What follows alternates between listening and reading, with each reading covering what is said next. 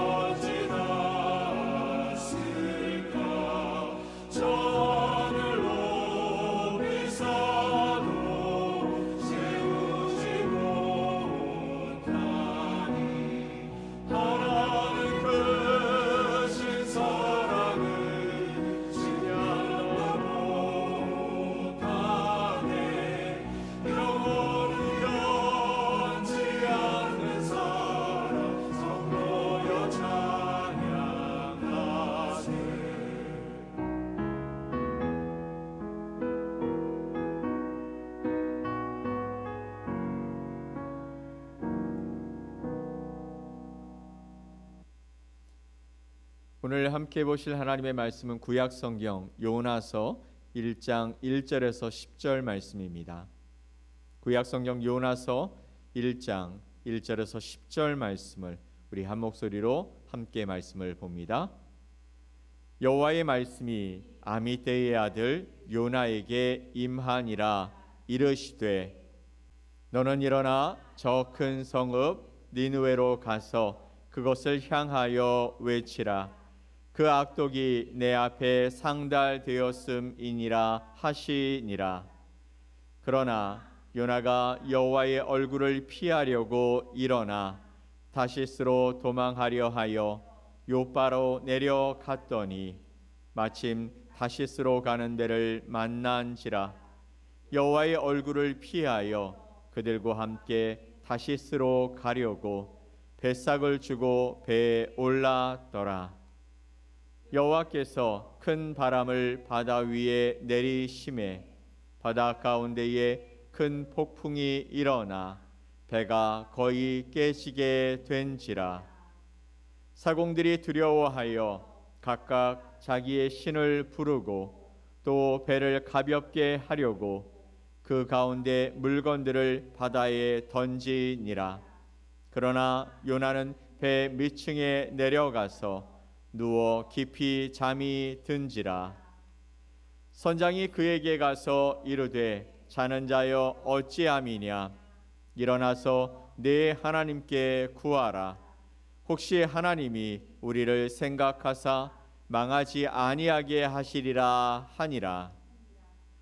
그들이 서로 이르되 자 우리가 제비를 뽑아 이 재앙이 누구로 말미암아 우리에게 임하였나 알아보자 하고 곧 제비를 뽑으니 제비가 요나에게 뽑힌지라.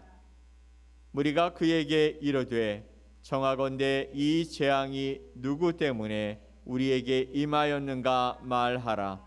네 생업이 무엇이며 네가 어디서 왔으며 네 나라가 어디며 어느 민족에 속하였느냐 하니 그가 대답하되 나는 히브리 사람이요 바다와 육지를 지으신 하늘의 하나님 여호와를 경외하는 자로라 하고 자기가 여호와의 얼굴을 피함인 줄을 그들에게 말하였으므로 무리가 알고 심히 두려워하여 이르되 네가 어찌하여 그렇게 행하였느냐 하니라.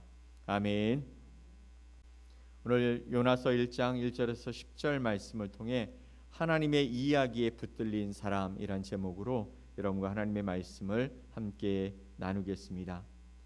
사랑하는 여러분, 요나서를 읽으면 우리는 자연스럽게 요나에게 시선을 두게 됩니다. 하나님은 요나에게 니느웨로 가라고 말씀하셨습니다. 하지만 요나는 그 반대 방향인 다시스로 도망하죠. 그래서 요나서를 읽으면서 우리는 흔히 이렇게 생각하기 쉽습니다. 요나처럼 도망하지 말고 하나님의 말씀에 순종하자. 정말 중요한 교훈입니다. 그러나 오늘 요나보다 하나님의 그 시선을 두고 본문을 보려고 하는 것입니다. 요나는 도망가고 있는데 하나님은 도대체 무엇을 하고 계시는 걸까? 하나님은 니느웨를 바라보시면서 요나를 그곳에 보내려고 하셨습니다. 그리고 요나가 도망가자 바람을 보내어서 그의 길을 막으셨죠. 그 모든 장면 속에서 한 가지 하나님의 마음이 드러나게 됩니다. 어떤 마음일까요? 하나님은 사람을 포기하지 아니하신다. 먼저 하나님은 니느웨를 포기하지 않으셨어요. 하나님께서 요나에게 말씀하십니다. 2절 말씀에 너는 일어나 저 큰 성읍 니느웨로 가서 그것을 향하여 외치라. 그 악독이 내 앞에 상달되었음이니라 하시니라. 아멘. 너는 일어나서 저 큰 성읍 니느웨로 가서 그것을 향하여 외치라. 그 이유가 뭐냐면 그의 악독이 내 앞에 상달되었기 때문이다 말씀하셨습니다. 하나님은 니느웨의 죄악을 모르지 아니하셨어요. 그들의 악을 정확히 보고 계셨습니다. 그런데 하나님은 그 악한 도시를 곧바로 버리지 않으시고 그들에게 말씀을 보내시는 것이죠. 니느웨 사람들이 먼저 하나님을 찾은 것이 아닙니다. 그들이 먼저 회개한 것도 아니죠. 하나님께서 먼저 그들을 찾아가셨습니다. 여기서 하나님의 긍휼, 하나님의 사랑이 보여지게 되죠. 하나님의 긍휼은 죄를 가볍게 여기시는 것이 아닙니다. 죄를 분명히 보시면서도 그 죄인을 포기하지 아니하신다 말씀하시는 것이죠. 그런데 요나의 마음은 좀 달랐어요. 니느웨는 이스라엘 사람들에게 위협을 주는 원수의 도시였습니다. 요나에게 그들은 심판을 받아 마땅한 사람들이었죠. 이방인들이었습니다. 하나님의 선택을 받은 백성들이 아니라는 것이죠. 우리는 선택받은 민족이었고 그들은 버림받은 민족이었다. 그리고 그들은 우리를 괴롭히는 원수였다. 요나도 그들의 악을 보았고 하나님도 그들의 악을 보았습니다. 그러나 요나는 악을 보면서 그 사람들을 포기했고 하나님은 악을 보시면서도 그 사람들을 포기하지 아니하셨다라는 것이죠. 그래서 오늘 우리도 우리 자신에게 물어보아야 할 것 같아요. 하나님께서 아직 포기하지 아니하신 사람을 우리는 너무 쉽게 포기하고 있는 것은 아닌지. 그런데 놀라운 것은요, 하나님께서 니느웨만 포기하지 않으신 것이 아니라는 사실입니다. 하나님은 도망가는 요나도 포기하지 않으셨어요. 하나님은 그에게 말씀하십니다. 너 일어나 니느웨로 가라라고 말씀하셨습니다. 하지만 요나는 욥바로 내려갔고 또 배로 내려갔고 마침내 배 밑창까지 내려갔습니다. 하나님은 일어나라고 말씀하셨는데 요나는 계속 내려갑니다. 그때 4절에 이렇게 기록하고 있죠. 여호와께서 큰 바람을 바다 위에 내리심에 바다 가운데 큰 폭풍이 일어나 배가 거의 깨지게 된지라. 하나님께서 큰 바람을 바다 위에 내리셨대요. 요나는 하나님에게서 멀어지려고 했습니다. 하지만 하나님은 요나를 그냥 보내지 않으셨다라는 것이죠. 바다 가운데 큰 폭풍이 일어나 배가 거의 깨지게 된지라. 순탄하게 가고 있었던 그 배 위에 하나님은 큰 바람을 보내십니다. 그 폭풍은 분명히 그의 불순종에 대한 하나님의 징계였습니다. 그러나 동시에 그 폭풍 속에는 하나님의 사랑이 담겨 있는 것이죠. 하나님께서 요나를 완전하게 포기하셨다면 그냥 다시스로 가도록 내버려 두셨을 것입니다. 하지만 하나님은 그 길을 막으시죠. 왜일까요? 니느웨도 하나님께 소중했지만 이 요나도 역시 하나님께 소중한 사람이었다라는 것이죠. 니느웨를 향해서는 말씀을 보내시고 요나를 향해서는 무엇을 보내십니까? 바람을 보내십니다. 방법은 달랐습니다. 그 안에 담긴 하나님의 마음은 그러나 다르지 않고 같았다라는 것이죠. 여러분 생각해 보십시오. 배가 가고 있는데 폭풍이 일어났고 그 폭풍 때문에 그 배가 거의 깨지게 되었다. 침몰할 정도로 배가 위태하게 되었다. 하나님이 막으시는 방법 가운데 이런 어려움이 있다라는 것입니다. 그러면서 하나님은 니느웨도 요나에게도 이렇게 말씀하시는 것이죠. 나는 너를 포기하지 않는다. 이것이 지금 어려움 가운데 있는 여러분의 삶 속에 하나님의 사랑의 메시지가 되어지기를 간절히 소망합니다. 하나님의 놀라운 사랑, 그 사랑에는 때때로 우리가 어려움을 겪고 문제를 만나서 더 이상 어떻게 헤어나올 수 없는 상황 가운데 하늘을 바라보게 하시고 하나님의 뜻을 다시 찾게 만드시는 하나님의 사랑이 담겨 있다라는 것이죠. 우리의 삶에도 이런 순간이 있습니다. 내 계획대로 되지 않을 때가 있습니다. 가던 길이 막히고 내가 세운 계획이 어그러지고 원하지 않았던 자리에 멈춰 서게 되는 때가 있다라는 것이죠. 여러분 지금 그 자리에 계십니까? 물론 모든 어려움은 하나님의 징계라고 말할 수는 없습니다. 그러나 때로 하나님은 사랑하는 자녀가 잘못된 방향으로 나가게 된다면 그냥 내버려 두시지 않는다라는 것입니다. 하나님은 붙드시기 때문에 때로 막으시는 것이죠. 그렇다면 하나님은 왜 요나를 그렇게까지 붙드시는 것일까요? 단지 니느웨로 가서 말씀을 전할 사람이 필요하셨던 것입니까? 하나님은 요나 없이도 얼마든지 일하실 수 있는 분이십니다. 그런데도 하나님은 요나를 부르시고 요나를 붙드시고 다시 니느웨로 향하게 만드십니다. 그 이유는 하나님께서 니느웨뿐만 아니라 요나의 마음도 변화시키고 싶으셨다라는 것입니다.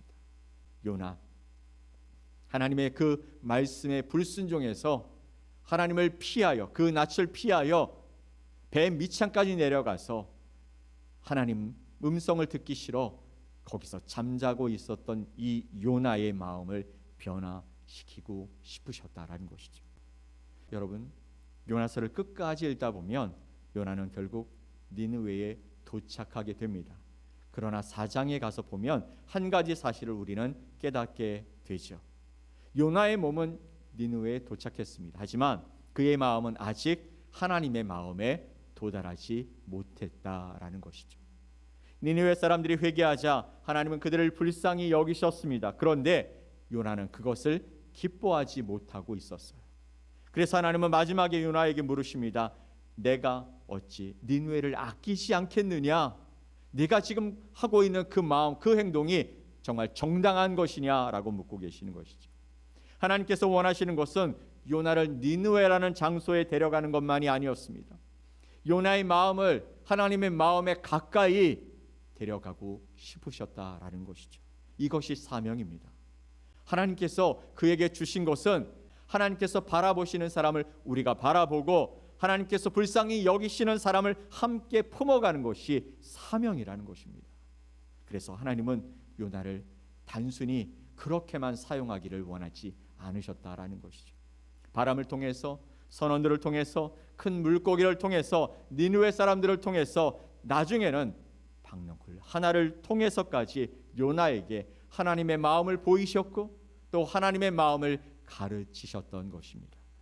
하나님은 요나를 도구로만 사용하시지 않으셨어요. 요나 자신을 하나님의 마음에 맞는 사람, 하나님과 함께 바라보고 하나님의 그 마음을 통해 사역하기를 원하셨던 것이죠. 그래서 하나님의 사람으로 빚어가기 원하셔서 하나님은 포기하지 아니하시고 요나를 끝까지 붙들어 주신 줄 믿습니다. 사랑하는 성도 여러분, 우리에게도 니느웨 같은 사람이 있을 수 있습니다. 내가 이미 포기한 사람, 내가 정말 싫어한 사람, 저 사람은 변하지 않을 것 같아 라고 단정했던 사람, 함께 있기도 싫고 가까이 하기도 싫은 그런 어려운 사람이 우리에게도 있을 수 있습니다. 그런 우리에게 오늘 우리 하나님은 묻고 계시는 것이죠. 내가 정말 아끼고 있는 그 사람을 너는 왜 그렇게 싫어하니? 너는 왜 먼저 포기했니? 내가 그 사람을 사랑한다. 네가 좀 그 곁에 가면 안 되겠니? 그리고 어쩌면 오늘 우리가 그 요나일 수도 있다라는 것이죠. 하나님의 뜻보다 내 생각을 붙들고 하나님의 마음보다 내 판단을 앞세우면서 다른 방향으로 가고 있을 수 있다라는 것입니다.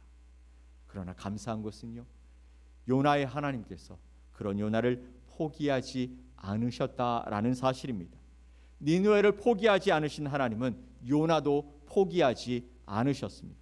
그리고 오늘도 우리를 포기하지 않으시는 하나님이 계신 줄 믿습니다. 하나님은 우리를 부르셨습니다. 또 우리를 붙드십니다. 때로는 우리의 가는 길을 막으시면서까지 하나님의 마음 가까이 우리를 부르고 계시는 줄 믿습니다. 그러므로 신앙생활은 내가 하나님을 위하여 위대한 일, 훌륭한 이야기를 만들어내는 것이 아니라 하나님께서 이미 시작하신 그 사랑과 긍휼의 이야기 속으로 내가 들어가는 것이 바로 신앙생활인 것입니다. 내 삶이 하나님의 이야기를 위대하게 만들고 하나님께 나의 삶이 훌륭하게 하나님 이렇게 살아갔습니다 자랑하는 것이 아니라 하나님이 시작하신 그 이야기 속에 내가 들어가서 하나님과 함께 바라보고 하나님의 마음으로 사역하는 것, 그것이 바로 신앙생활이라는 것이죠. 그리고 그 하나님의 이야기에 붙들리면 우리의 마음도 조금씩 변화되게 될 줄 믿습니다. 하나님께서 포기하지 아니하시는 사람을 나도 쉽게 포기하지 않게 되는 것, 내가 옳다라는 것을 주장하기보다 하나님의 마음이 어디에 계신지를 알고 그곳에 함께 있는 것, 그것을 하나님이 기대하시는 줄 믿습니다. 오늘 하루 우리의 눈이 하나님의 눈을 닮아갔으면 좋겠습니다. 하나님의 시선이 머무는 곳, 하나님의 마음이 함께 있는 그곳에 우리의 시선 또 우리의 마음이 함께함으로 하나님과 함께 그 사역에 동참하는 은혜를 갖기 원합니다. 내가 포기했던 사람을 다시 바라볼 수 있기를 원합니다. 내가 요나처럼 다른 방향으로 가고 있다면 다시 하나님의 부르심의 자리 앞에 설 수 있기를 간절히 소망합니다. 사람을 포기하지 아니하시는 하나님의 사랑과 긍휼에 붙들려서 그 마음을 품고 살아가는 복된 성도들이 되시기를 예수 그리스도의 이름으로 간절히 축원합니다. 아멘. 우리 함께 기도하겠습니다. 하나님 아버지 감사합니다. 오늘 요나의 이야기를 통해서 하나님의 이야기에 붙들린 사람, 바로 그 사람이 요나였습니다. 그리고 그 사람이 우리들입니다. 주여, 우리를 긍휼히 여기시고 불쌍히 여기셔서 포기하지 않으시는 하나님의 놀라운 그 손길에 붙들려 오늘도 주님이 만드시는 아름다운 사람이 되어지기를 소망하오니 내 생각, 내 마음 다 내려놓고 하나님이 이끄시는 대로 함께 움직여가는 주님의 거룩한 백성들이 되게 하여 주시옵소서. 오늘도 주님이 우리의 시선을 바꾸시고 또 하나님의 마음이 머무는 그곳에 함께 함으로 말미암아 주님과 동행하며 걸어가는 복된 삶이 되게 하시고 행복한 인생이 되게 하시고 하나님 그 주신 그 사명을 이루며 살아가는 멋진 주님의 성도들이 될 수 있도록 인도해 주시옵소서. 그렇게 하실 주님을 기대하며 예수님의 이름으로 기도 올리옵나이다. 아멘. 하늘에 계신 우리 아버지여, 이름이 거룩히 여김을 받으시오며 나라가 임하시오며 뜻이 하늘에서 이루어진 것 같이 땅에서도 이루어지이다. 오늘 우리에게 일용할 양식을 주시옵고 우리가 우리에게 죄 지은 자를 사하여 준 것 같이 우리 죄를 사하여 주시옵고 우리를 시험에 들게 하지 마시옵고 다만 악에서 구하시옵소서. 나라와 권세와 영광이 아버지께 영원히 있사옵나이다. 아멘.